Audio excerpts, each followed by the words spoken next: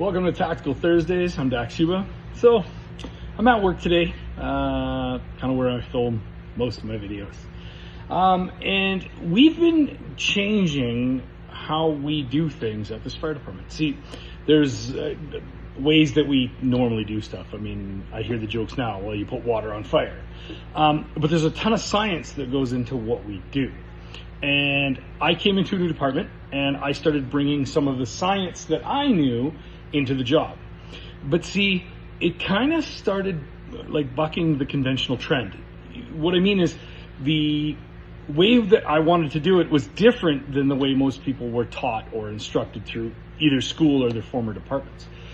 And it took a little bit because you have to kind of bring this in stages. You have to, explain the why and show the science, and then through repetition, do it over and over and over again. And it's been a month now, and we've been, going through this procedure and changing the way that we do things. And I hear a lot from other people, other fire services or just firefighters in the business, and they say, well, why do you do it this way? And the background of this is the iceberg. What they're seeing is this much productivity come after the fact, but what they don't see is this huge volume of research and data and networking and going out and finding all of this information so that I can make this change. And really, as a fire chief or as a manager or as somebody that's trying to sell this product, you really have to be able to back up the reasons you're making these changes.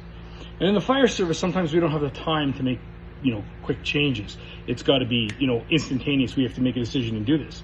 So the bulk of our time is spent training or refining our tactics or skills. And it's a great time now to take the time to refine these new skills, bring them into the service, and have them where they become automatic for the firefighters.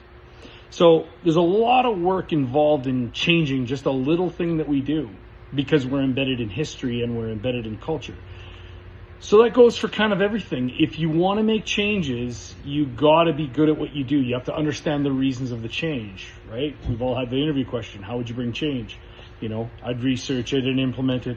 Well, doing is something different. Doing requires you to know everything about it.